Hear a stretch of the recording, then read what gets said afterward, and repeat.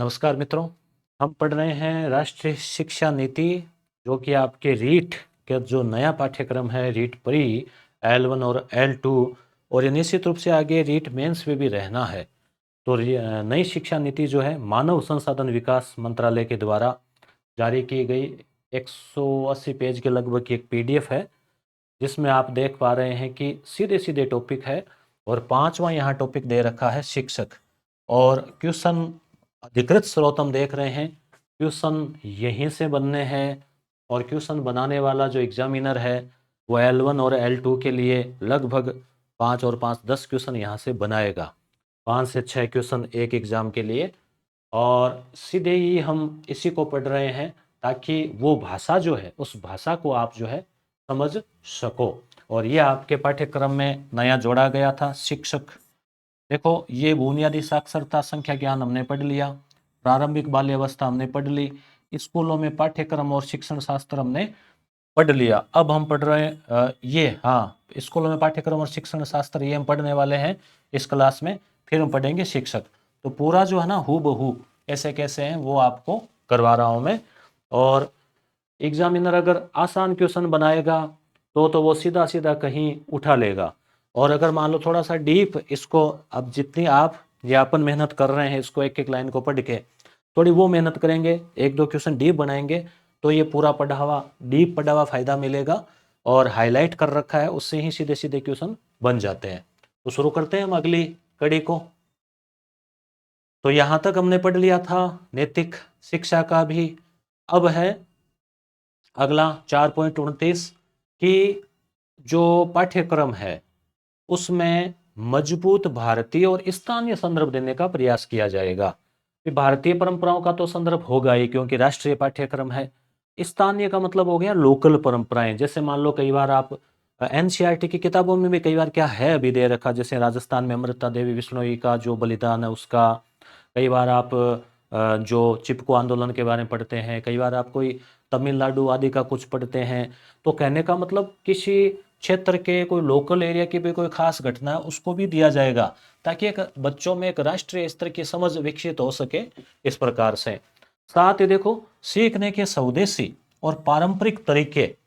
स्वदेशी मतलब कई देशी तरीके होते हैं लोकल तरीके सीखने के। जैसे मान लो आप पहाड़े हैं, तो पहाड़े इंग्लिश में 2 जार 4 जार आप कितना ही कर लो। मारवाड़ी या हिंदी वाला जो तरीका है 15 15 30 30 45 चौका 60 पाँच 75 छकड़ियाने बस पिछड़ंतर, ये जो गाड़ी चलती है ना, ये जाके 15 डब्बू 150 पे रुकती है। तो इस प्रकार के ये जो सीखने के स्वदेशी और पारंपरिक तरीके हैं ना, इनको भी पक्ष को शामिल किया जाएगा। ठीक है। मुझे लगता है आपको भी ये पढ़ा तो याद होगा इस तरीके से। नई शिक्षा नीति का आप ध्यान में रखना। नई शिक्षा नीति बनाने के लिए जो NEP के लिए जो कमेटी गठित की गई थी उसके अध्यक्ष कौन थे, अगर कोई सीधा जीके का क्वेश्चन पूछ लें तो कस्तूरी रंगन थे, याद रखना। कस्तूरी रंगन जो कि इसरो के पूर्व अध्यक्ष रहे हैं, प्रसिद्ध महान वैज्ञानिक, तो वो थे। अगला बिंदु है स्कूल शिक्षा के लिए राष्ट्रीय पाठ्यचर्या रूपरेखा। इसी में है ये, उसी टॉपिक में। तो स्कूल शिक्षा है उसके लिए जो राष्ट्रीय पाठ्यक्रम है वो किस प्रकार का हो। तो NCF यानी national curriculum framework, SE school education यानी स्कूलों में पढ़ाई के लिए कैसा पाठ्यक्रम हो। तो स्कूल शिक्षा के लिए एक नया और व्यापक राष्ट्रीय पाठ्यचर्या रूपरेखा NCF SC 2020-21। 20 में 2020 में NEP आई, तो अगले साल पाठ्यक्रम। हालांकि अभी चल रहा है, आया नहीं है नया पाठ्यक्रम, अभी NCERT वाला 2005 वाला ही चल रहा है। NCERT के द्वारा अब पूछ ले पाठ्यक्रम कौन जारी करेगा, ऑप्शन आ जाए NCTE, NCERT, CBSE, UPSC। तो आपको NCERT, national council for educational research and training, ठीक है। तो राष्ट्रीय शैक्षिक और प्रशिक्षण अनुसंधान परिषद, तो NCERT द्वारा राष्ट्रीय शिक्षा नीति के तहत जो है ये पाठ्यक्रम जारी किया जाएगा। और अगर जरूरत पड़ी ना तो आगामी 5-10 वर्षों बाद पुनः उसकी समीक्षा करके उसको अपडेट किया जाएगा। इसमें सब टॉपिक है स्थानीय विषय वस्तु, लोकल चीजें और आस्वाद, आस्वाद होता है ना टेस्ट के साथ राष्ट्रीय पुस्तकें। राष्ट्रीय पुस्तकों में केवल राष्ट्रीय न देके अलग अलग राज्यों की कुछ खास घटनाएं हैं, चाहे वो मणिपुर की हो, मेघालय की हो, तमिलनाडु की हो, राजस्थान की हो, किसी भी स्टेट की कुछ खास पहचान, परंपराएं, इतिहास, उसके कुछ टॉपिक्स को भी जोड़ा जाएगा। तो स्कूली पाठ्यक्रम में बोझ को कम करना है और लचीलापन को बढ़ाना है और रटकर सीखने के बजाय रचनावादी तरीके से सीखना है, इस पर जोर दिया जाएगा। और साथ ही साथ स्थानीय संदर्भ, लोकल रेफरेंस जो है ना, उनके अनुसार वांछित सामग्री जो है ना वो जोड़ी जाएगी, ऐसे प्रयास किए जाएंगे।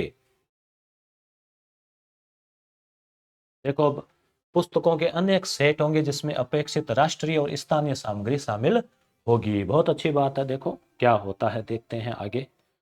आगे अगला पॉइंट है 4.32, छात्रों को और शिक्षा व्यवस्था पर पाठ्य पुस्तक की कीमतें।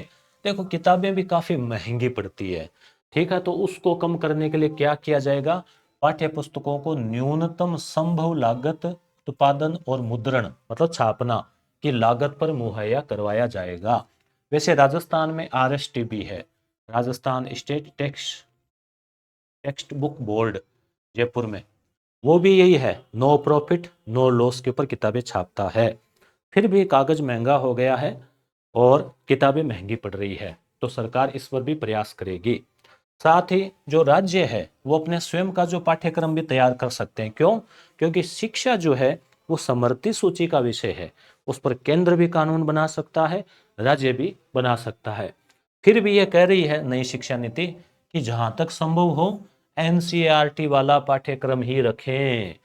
और एनसीएफ जो है एसई यानी national curriculum framework for school education जो तय किया जाएगा उसके ऊपर ही आधारित हो, राज्य अपना एकदम अलग नहीं कर लें, उससे मिलता जुलता या वो ही रखें, ठीक है।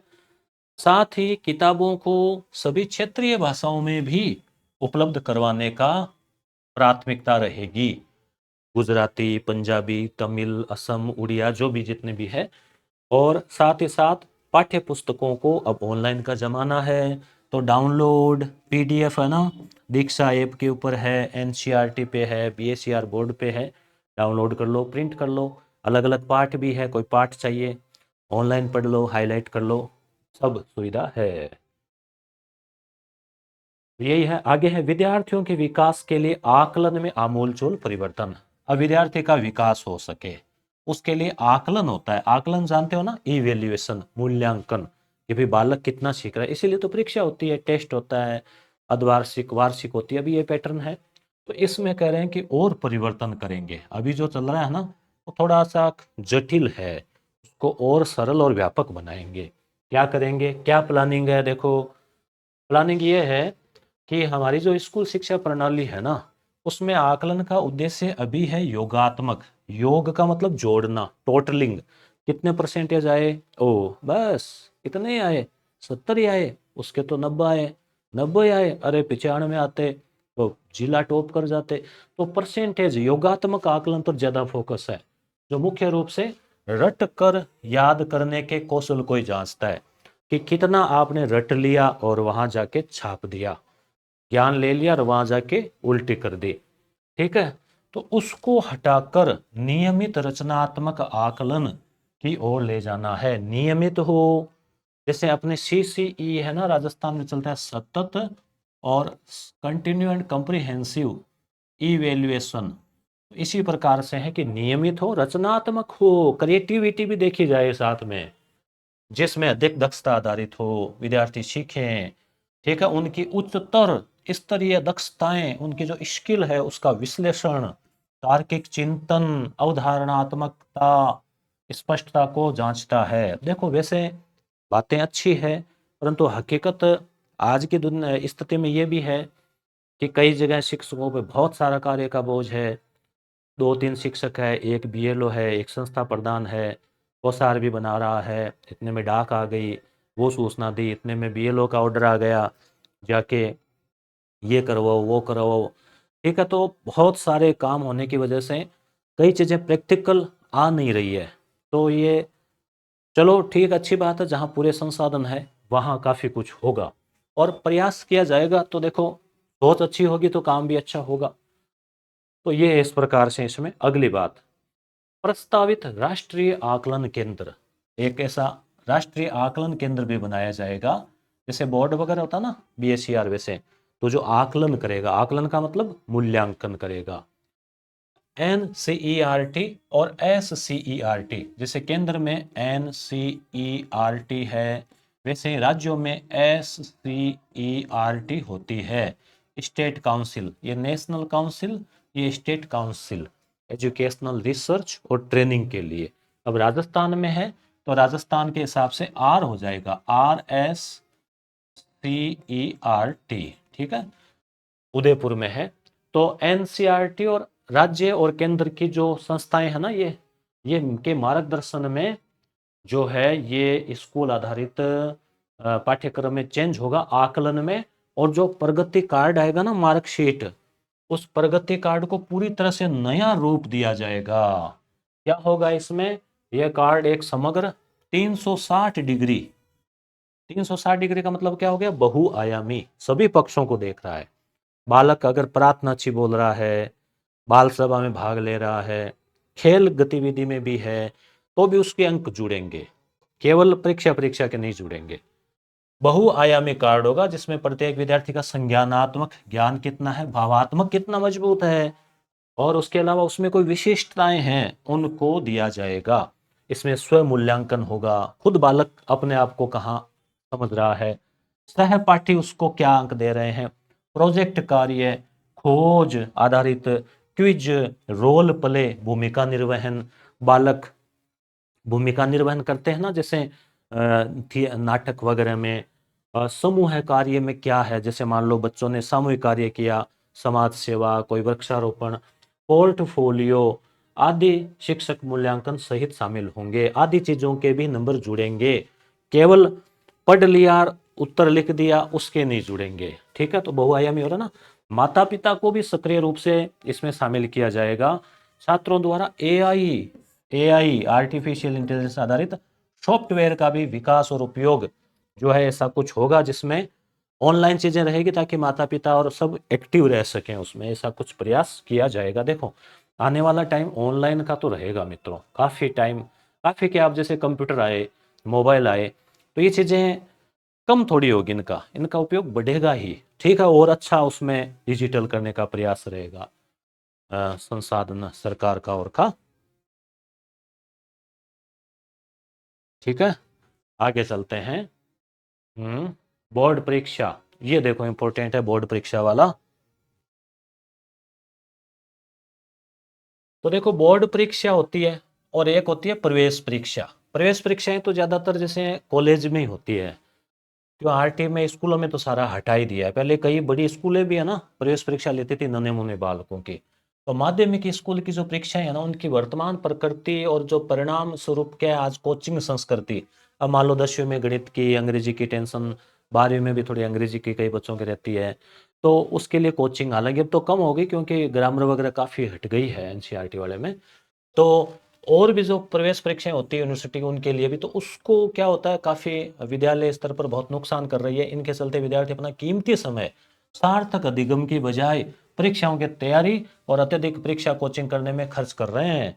तो ये परीक्षा विद्यार्थियों को चुनाव के विकल्पों में एक लचीलापन जो कि भविष्य की व्यक्ति केंद्रित शिक्षा प्रणाली में बहुत महत्वपूर्ण होगा। आने वाली शिक्षा प्रणाली व्यक्ति केंद्रित है, एक व्यक्ति अपने आप को अपने हिसाब से जो है ना वो विषय चयन करेगा और उन्हें किसी खास स्ट्रीम में बेहद संकुचित दायरे में तैयारी करने के लिए मजबूत करती है। तो आज क्या है, एक खास स्ट्रीम में संकुचित कर देती है, तो वो जो है ना वो नहीं रहेगा, बहुत सारे ऑप्शन जो है उसके सामने आएंगे। तो इसमें क्या है, बोर्ड परीक्षा तो खत्म नहीं करेंगे, परंतु थोड़ी प्रणाली को चेंज कर देंगे, उसके तनाव को कम कर देंगे। जैसे ग्रेड 10 और 12 है, ठीक है, यानी 10वीं में और 12वीं में होती है ना बोर्ड परीक्षाएं, उसके लिए बोर्ड परीक्षाएं जारी रहेगी, परंतु कोचिंग की आवश्यकता कम हो, तनाव कम हो, रटने की प्रणाली कम हो, इसके लिए बोर्ड परीक्षाओं को आसान बनाया जाएगा। अब आसान कैसे बन जाए, एक तो ऑब्जेक्टिव एबेसेड है, तो थोड़ा सा क्या है, याद करने में लिखने में थोड़ा सुविधा हो। ठीक है। दूसरा, रटने और कोचिंग के बजाय क्षमता और योग्यताओं पर आधारित प्रश्न होंगे। दूसरा तरीका ये है कि परीक्षा को थोड़ा सरल किया जा सकता है, 2 परीक्षाएँ ली जा सकती है। तो इसके लिए क्या है, बोर्ड परीक्षाओं का जो उच्चतर जोखिम है ना पहलू, इसको समाप्त किया जाएगा। मतलब बहुत हाई रिस्क है बोर्ड परीक्षा में, फेल आ गए तो क्या होगा, बोर्ड है, इससे डर रहता है ना एक बच्चे के दिमाग में बिठा देते हैं। कई तो ये होता है कि 10वीं में आया तो 9th में ही उसको 10वीं की करवानी शुरू कर देते हैं। 12वीं में तो पहले ही कह रहे बोर्ड क्लास है। 12वीं तक थोड़े और समझदार हो जाते हैं बच्चे। तो इसका उपाय ये होगा कि 2 बार बोर्ड परीक्षा देने की अनुमति दी जाएगी। एक मुख्य परीक्षा और यदि एक वांछित हो तो सुधार के लिए। तो 2 प्रणाली बना दी ना, तो इससे क्या होगा कि उसका आधा सिलेबस पहले पढ़ लिया, फिर आगे आधा पढ़ लिया। तो सिलेबस को कम करके और टुकड़ों में बाँट के कार्य किया जाएगा। वार्षिक परीक्षा में क्या है, पूरा सिलेबस आता है, तो बच्चा थोड़ा प्रेशर में आ जाता है। और अब ऐसे तो कई ऐसे भी है जिनके चाहे आधा दे दो चाहे चौथा दे दो, कोई फ़र्क नहीं पड़ना उनके लिए, वो एक अलग बात है। यहाँ एक सामान्य स्टूडेंट को ध्यान में रख के निर्णय लिए जाते हैं। अगला है अधिक लचीलापन होगा। ये शब्द तो देखो कितनी बार आगे, ध्यान रखना। विद्यार्थी के लिए चुनाव के विकल्प रहेंगे कि भाई कौन सी चीज लें, कौन सा सब्जेक्ट लें। और सर्वोत्तम 2 प्रयास हो, साल में 2 परीक्षाएं हो। वैसे अभी भी होती है अर्धवार्षिक, परंतु बोर्ड के लिए अर्धवार्षिक नहीं होती, उसके कुछ परसेंटेज आते हैं। पहले 10 अंक थे, अब 20 अंक हो गए हैं अर्धवार्षिक और टेस्ट के। तो बच्चों को काफ़ी मदद मिल गई। तो आने वाला टाइम अब देखो चेंज हो रहा है। तो आपके अपने मान लो विचार हो सकते हैं, परंतु बहुआयामी कुछ अलग चीज़ें सोची जाती है। तो मुख्य रूप से मुख्य क्षमताओं को जांच करते हैं। और इसी बीच बोर्ड परीक्षाओं के लिए हमने समुचित मॉडल भी विकसित कर सकते हैं, ताकि कोचिंग संस्कृति और परीक्षा के दबाव को कम किया जा सके। मतलब बच्चे को मजबूरी में ट्यूशन नहीं जाना पड़े। चलो अपनी स्किल के लिए जा रहा है, अब कोचिंग में कोचेज मान लो एक्सपर्ट है और वो कोई सब्जेक्ट को गहनता से पढ़ा रहे हैं, किसी को एक्सपर्ट बनना हो एक अलग चीज़ है, परंतु उसको लेनी ही पड़ेगी, बाध्यता नहीं हो। और एक ये और होगा कि मान लो कोई कोर्स हुआ तो तुरंत बाद इसे टेस्ट को ले लिया जाए। जैसे ये सेमेस्टर प्रणाली होती है ना, कि भाई 3 महीने पढ़ाया उसका टेस्ट हो गया, फिर उसको भूल जाओ छोड़ दो। अगले 3 महीने पढ़ाया उसका टेस्ट हो गया, तो पढ़ाया फिर तुरंत उसका टेस्ट। तो इससे क्या है कि उसको पूरी समग्र सामग्री याद न रखनी पड़ेगी, कम दबाव होगा और प्रत्येक परीक्षा पर बहुत कुछ दांव पर नहीं लगा होगा।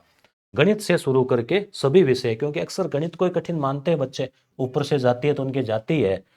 ठीक है, जैसे अक्स आते ही गाड़ी रुक जाती है कई बार, कि माना कि एक्स बराबर ये। तो कुछ विषयों में बोर्ड परीक्षा को 2 भागों में तैयार किया जा सकता है, एक में बहुविकल्पीय प्रश्न हो और दूसरे में वर्णन वाले प्रश्न हो।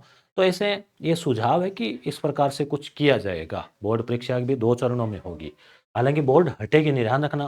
परीक्षा में क्वेश्चन आ गया कि नई शिक्षा नीति में बोर्ड प्रणाली को खत्म किया जाएगा, नहीं, बोर्ड प्रणाली 2 भागों में बांटी जाएगी। हाँ ठीक है, ऐसे। अगला है, उपरोक्त सभी के संबंध में एनसीईआरटी द्वारा सभी प्रमुख हितधारकों, जैसे हितधारक में क्या है, जैसे एससीईआरटी, जैसे एनसीईआरटी के साथ मिलकर काम करते हैं ना ये राज्यों में। एससीईआरटी हो गई, एक है बोर्ड ऑफ असेसमेंट बीओए, एक नया राष्ट्रीय आकलन केंद्र, ये ध्यान रखना, ये प्रस्तावित है। क्या नाम है, राष्ट्रीय आकलन केंद्र, N A C S C. ठीक है, NACSE, नेशनल एनालिटिक सेंटर और स्कूल एजुकेशन, ऐसा ही कुछ इसका नाम होगा। तो ये जो है वो रहेगा। अगला है कि सभी विद्यालयी वर्षों के दौरान, न कि केवल ग्रेड 10 और 12 के अंत में, प्रगति को ट्रैक करने के लिए छात्रों, अभिभावकों, शिक्षकों, प्रिंसिपलों के लाभ के और स्कूलों की पूरी शिक्षा प्रणाली में शिक्षण अधिगम में सुधार करने के उद्देश्य से, देखो ये बात है कि ग्रेड 3, 5 और 8 में स्कूल की परीक्षा देनी होगी। मतलब यहाँ पे क्या है कि सभी विद्यार्थियों को एक उपयुक्त प्राधिकरण द्वारा संचालित, उपयुक्त प्राधिकरण क्या हो गया भाई, जैसे अपने मान लो राजस्थान में बोर्ड जो अजमेर वाला है BSER, तो उसके द्वारा, और या फिर मान लो जिला स्तर पे डाइट हो गई, ठीक है, या SCRT हो गई, तो उनके द्वारा ग्रेड 3, 5 और 8 में ये ध्यान रखना है कि एक तो तीसरी क्लास में परीक्षा होगी, एक 5वीं में परीक्षा होगी और एक 8वीं में परीक्षा होगी। ये परीक्षा लोकल न होके, जैसे स्कूल में न होके एक जिले से पेपर छप के आता हो, भी जिला परिषद के द्वारा आ रहा है, जिला डाइट के द्वारा, जिला स्तर पे डाइट होती है संस्था। तो यहाँ पे क्या है कि एक प्राधिकरण के द्वारा 3, 5 और 8 में स्कूली परीक्षा देनी होगी। चौथी में, छठी में, सातवीं में तो अभी भी वही चल रहा है सिस्टम, भाई आप अपने स्तर पे पेपर बनाते हो और फिर परीक्षा लेते हैं। और 8वीं में, 5वीं में भी बोर्ड टाइप का सा सिस्टम है, बोर्ड तो नहीं है परंतु कॉपियाँ जिला स्तर से मान लो पेपर बन के आते हैं, कॉपियाँ अलग शिक्षक जानते हैं, तो थोड़ा बोर्ड टाइप का ही हो गया। तो ये परीक्षाएं रटकर याद करने के बजाय प्रासंगिक उच्चतर क्रम में कौशल और वास्तविक जीवन स्थितियों में ज्ञान के अनुप्रयोग के साथ साथ राष्ट्रीय और स्थानीय पाठ्यक्रम से मूल आवश्यक अवधारणाओं और ज्ञान के मूल्यांकन के माध्यम से बुनियादी शिक्षण परिणामों की उपलब्धि का परीक्षण करेगी। बुनियादी शिक्षण परिणाम, ज्ञान का मूल्यांकन, ये सब विशेष रूप से ग्रेड 3 की परीक्षा। अब देखो, पहली दूसरी को तो एकदम ऐसे माना ना, नन्हे मुन्ने बच्चे हैं, क्या परीक्षा लोगे उनकी, रहम करो बेचारों पे। अब ग्रेड 3 में आ गया बच्चा तो कितने साल का हो गया, 6 और 3 9 का हो गया लगभग, ठीक है। अब ग्रेड 3 यानी कक्षा 3 जो है, और अभी मैंने बताया था आपको पहली क्लास में कि कक्षा 3, 6 और 9 के लिए भी एक परीक्षा भी हुई थी राष्ट्रीय, वो कुछ गुणवत्ता परीक्षा ऐसे कुछ। तो इसके लिए बुनियादी साक्षरता, ये भी बुनियादी साक्षरता का मतलब ये आपके टॉपिक भी है कि भाई उसको पढ़ना और लिखना आ रहा हो, संख्या का ज्ञान हो, उसको गिनती आती हो, और अन्य मूलभूत कौशल जो है ना बेसिक, भाई पढ़ना लिखना ऐसे ही है, वो उसको आता हो। इससे संबंधित परीक्षा होगी कक्षा 3 की। तो यहाँ से क्वेश्चन बन सकता है, मैंने राइट का टिक लगा रखा है। स्कूल परीक्षाओं के परिणामों का उपयोग केवल स्कूल शिक्षा प्रणाली के विकासात्मक उद्देश्यों के लिए किया जाएगा। तो स्कूल के परिणाम आए, परिणाम में प्रत्येक बच्चे को ऐसे प्रदर्शित करते हैं ना, ये फेल हो गया यार, ये पास, फेल का तो चलो है नहीं है 8वीं तक तो, परंतु प्रत्येक बच्चे को ऐसे करते हैं ना, तो उसको न करके केवल स्कूल के ही काम आएगा वो, स्कूल के विकासात्मक। इसमें क्या होगा, जिसमें स्कूलों द्वारा उनके समग्र परिणामों को बिना विद्यार्थी का नाम लिए, जैसे कमजोर है तो उसको ऐसे फिर बदनाम नहीं करोगे कि देखो ये ऐसे कम कम, सार्वजनिक किया जाना। जिस साथ ही स्कूली प्रणाली के सतत निगरानी और सुधार कि भाई स्कूल के काम आ सके, इसलिए रिजल्ट जो है सार्वजनिक कर रहे हैं। किसी पर्टिकुलर बच्चे को हम उसको बहुत ज़्यादा हाईलाइट या उसको डाउनफॉल ऐसे नहीं करना है। MHRD, मानव संसाधन विकास मंत्रालय, जो आपने देखा ये शिक्षा नीति जारी की है, उसी में शिक्षा मंत्रालय है उसका अब नाम, के तहत एक मानक निर्धारक निकाय के रूप में एक राष्ट्रीय मूल्यांकन केंद्र, राष्ट्रीय आकलन केंद्र हमने भी देखा ना, और एक परख, परख के बारे में हमने पढ़ रखा है, परख एक प्रणाली है, ध्यान रखना, परख क्वेश्चन आ सकता है कि क्या है ये परख। इसका पूरी फुल फॉर्म है, वैसे लंबी चौड़ी है, समग्र विकास के लिए, समग्र विकास के लिए ज्ञान का प्रदर्शन, मूल्यांकन, समीक्षा और विश्लेषण, सारा प्रदर्शन उसमें, ज्ञान का प्रदर्शन भी है, मूल्यांकन भी है। प्रदर्शन का मतलब यह नहीं वो दिखावा, प्रदर्शन मतलब उसको जो आ रहा है वो दिखाना, स्थापित किए जाने का प्रस्ताव है। तो परख भी एक परीक्षा होती है, शायद वो परख ही है 3, 6 और 9 के लिए, परख ही नाम है, बिल्कुल कन्फर्म, ठीक है। और साथ ही यह स्टेट अचीवमेंट सर्वे और नेशनल अचीवमेंट सर्वे का भी संचालन करेगी, जिसमें ये पता चल जाता है कि भाई क्या स्थिति है राज्यों की। तो इसके तहत जो है ना परख होती है, ठीक है। और यहाँ इतना कोई ज़्यादा नहीं। अब है 4.42, विश्वविद्यालय प्रवेश परीक्षा के लिए सिद्धांत समान होंगे। ये हालांकि उच्च शिक्षा का आ गया कि भाई यूनिवर्सिटी में एडमिशन लेना है ना, भाई 12वीं के बाद में, तो क्या होता है अलग अलग यूनिवर्सिटी अलग अलग परीक्षाएं करवाती है। जैसे हर बच्चे को बार बार टेंशन होती है कि भाई इसमें एडमिशन लिया, इसमें लें, किस में लें, टाइम निकल गया हो गया, तो इसकी बजाय क्यों ना एक ही एग्ज़ाम हो और फिर उसके आधार पे बच्चा एडमिशन ले लें। तो ये भी चल भी रहा है कॉमन टेस्ट। तो राष्ट्रीय परीक्षण एजेंसी है NTA, और ये क्या करवाती है, हर साल कम से कम 2 बार विशिष्ट सामान्य विषय की परीक्षा लेती है, उस पर काम करेगी और उसके आधार पर एडमिशन होगा। अधिकांश विश्वविद्यालय इन सामान्य प्रवेश परीक्षाओं का उपयोग करके में सक्षम होंगे, बजाय इसके कि वो सैकड़ों विश्वविद्यालय अपनी अपनी प्रवेश परीक्षाएं तैयार करें। अब अलग अलग परीक्षा तैयार करो, रिजल्ट तैयार करो, बच्चा परेशान, स्कूल वाले परेशान, यूनिवर्सिटी वाले, तो उसके बजाय क्यों ना एक एग्जाम हो जिसका बच्चा तैयारी करे और उसके रैंक के अनुसार वो जो चाहें वो यूनिवर्सिटी ले लें, ठीक है। जैसे मेडिकल कार होता है ना, उसी प्रकार से ये कॉलेज के लिए भी होना चाहिए। विशेष प्रतिभा वाले बच्चे होते हैं ना, स्पेशल इंटेलिजेंट और मेधावी विद्यार्थी, उनके लिए भी एनईपी क्या कह रही है कि प्रत्येक विद्यार्थी में जन्मजात प्रतिभा होती है, किसी ना किसी में हर प्रकार का कोई ना कोई टैलेंट तो होता ही है, खासियत, ठीक है, अलग अलग गुण होते हैं, तो उनका विकास करना है, उनका पोषण करना चाहिए, उन्हें बढ़ावा देना चाहिए, उनका विकास करना चाहिए। अलग अलग रुचि प्रस्ताव क्षमता होती है, तो शिक्षक शिक्षा में विद्यार्थियों की प्रतिभाओं और रुचियों की पहचान करें और इन्हें बढ़ावा देने के लिए तरीके शामिल करें। एनसीईआरटी और एनसीटीई, एनसीटीई क्या है? NCTE national council for teacher education, यानी ये जो बीएड वगैरह कॉलेजें होती है ना, इनको मान्यता एनसीटीई देता है। और बीएड होती है, तो बीएड के लिए जो पाठ्यक्रम है उसमें कुछ जैसे एनसीईआरटी स्कूली पाठ्यक्रम के लिए ना, वैसे बीएड के पाठ्यक्रम के लिए शिक्षक शिक्षा के लिए यह संस्थान काम करती है। तो एनसीटी क्या काम करेगी? बीएड में से कुछ चीजें जोड़ेगी जिससे शिक्षक प्रतिभावान बच्चों को आगे बढ़ा सकें। तो प्रतिभाशाली बच्चों की शिक्षा के लिए दिशा निर्देश विकसित करेंगे और बीएड कार्यक्रमों में भी प्रतिभाशाली बच्चों की शिक्षा में विशेषज्ञता अर्जित की जा सकेगी। शिक्षकों का उद्देश्य क्या है? छात्रों को पूरक संवर्धन सामग्री देना, मतलब वो समझ रहे हैं नहीं समझ रहे हैं उसको समझाना, एक्स्ट्रा मटेरियल देना, उनका मार्गदर्शन देना और उनको प्रोत्साहन देना। और ये नहीं कि शिक्षक पूरी तरह से हावी हो गया और बच्चे को पूरा ड्राइव कर रहा है, नहीं, बच्चे की मदद और मार्गदर्शन करना, यही लोकतांत्रिक शिक्षण होता है।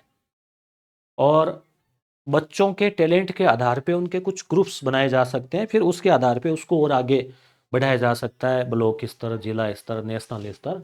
इसके लिए जैसे अलग अलग science circle, math circle, chess, शतरंज का, पोइट्री, वो कविता वगैरह, language, drama circle, debate circle, कोई बच्चा डिबेट में एक्सपर्ट है, कोई खेल में है, इकोस क्लब, इस प्रकार के योग क्लब ऐसे कुछ बनाए जाएं और जिसके आधार पे बच्चों को जो है उनकी प्रतिभा को आगे बढ़ाया जाए। देश भर में विभिन्न विषयों में ओलंपियाड और प्रतियोगिताओं का आयोजित किया जाएगा। चल भी रही है अभी, ऐसा नहीं कि इसी में होगा, अभी चल भी रही है और बढ़ावा दिया जाएगा ताकि बच्चे जो प्रतिभाएं जो है वो आगे आ सकें, ये इसमें प्रयास किया जाएगा। तो ये किया जाएगा। अगला, एक बार जब इंटरनेट से, अब देखो ये जमाना आ ही रहा है, अभी तो थोड़ा सा एक संघर्ष की स्थिति है कि भी किताबें मोबाइल बीच में संघर्ष, कि मोबाइल छोड़ो रहे किताबें पढ़ लो। फिर कुछ किताबों के साथ साथ मोबाइल से मदद भी मिलती है, मोबाइल और टैबलेट से बच्चे बहुत सारे कोर्सेज, कठिन कठिन सब्जेक्ट देखते हैं आजकल, उनको कोचिंग वगैरह कहीं दूर नहीं जाना, घर बैठे आराम से अच्छे टीचर से पढ़ सकते हैं। वो इंडिया के नहीं, वर्ल्ड के टॉप टीचर से आप अपने मोबाइल या टैबलेट में पढ़ सकते हैं। ये भी एक सुविधा मिल गई, कई बार तो निःशुल्क, कई बार बहुत कम शुल्क पे। तो ये संघर्ष धीरे धीरे कम होगा और आने वाला टाइम किताबों के साथ साथ किताबों की बजाय किताब की तरह ही एक टैबलेट भी ले लेगा, जैसे विदेशों में ले रखा है। तो इंटरनेट से जुड़ा हुआ स्मार्टफोन या जो टैबलेट है वो सभी घरों या स्कूलों में उपलब्ध होंगे, ठीक है, जिससे क्विज है, प्रतियोगिता है, आकलन है, संवर्धन, यानी सामग्री एडेड। अब मान लो आपको कोई भी एक्स्ट्रा चीज़ चाहिए तो आप सीधा गूगल करो और तुरंत आपको मिल जाएगी। तो संवर्धन, अब आप यूट्यूब पे लिखते हैं नया सामग्री क्या जोड़ी गई, नया पाठ्यक्रम, आप नाम लिखा मिल रहा है ना वीडियो, तो वैसे ही और भी बच्चों को सामग्री मिलती जाएगी। तो ऑनलाइन ऐप है, ठीक है, ये सब अपना भी एप्लीकेशन है, तो बहुत सारे शिक्षकों का है, हर संस्थान का ऐप बन रहा है आजकल। ऐप का जमाना, आने वाला टाइम ऐप का और होगा। यस गुरु आपने डाउनलोड कर लिया होगा, ये जो है ना रीट फ्री, इसकी टेस्ट सीरीज है यहाँ मनोविज्ञान की। यहाँ पे हिंदी के नोट्स आपको मिलेंगे, सॉरी हिंदी के एनसीईआरटी के नोट्स मिलेंगे एसएस के लिए। और यहाँ पे जो है हम प्रयास करेंगे कि हिंदी अंग्रेजी की टेस्ट सीरीज भी चलाएं और इसी एप्लीकेशन पर, इसी यूट्यूब चैनल पर आपको इंग्लिश की क्लासेस भी मिल रही है सेकंड लैंग्वेज के रूप में। और यस गुरु प्राइम एप्लीकेशन है जहाँ पे रिट मेंस के लिए भी आपको कोर्स मिलेगा, ठीक है। हो गया अपने साथ में ऐप का नाम आते ही ऐप का थोड़ा सा विज्ञापन। अगली बात, शिक्षकों की उचित देखरेख में विद्यार्थियों के लिए समूह गतिविधियां स्कूल चरणबद्ध तरीके से स्मार्ट कक्षा कक्ष विकसित करेंगे। सरकारी स्कूलों में तो डिजिटल बोर्ड आ गए, एक ज़माना था जब ब्लैक बोर्ड भी बड़ी चीज़ थी, फिर ग्रीन बोर्ड आए, फिर वाइट बोर्ड आए, चौक वो मार्कर वाले, अब आ गए डिजिटल बोर्ड। ऐसा बोर्ड स्कूलों में भी है, ठीक है, बहुत सारे स्कूलों में, ताकि डिजिटल शिक्षण शास्त्र का उपयोग हो सके। ठीक है, अगला पॉइंट रहेगा हमारा शिक्षक का। धन्यवाद।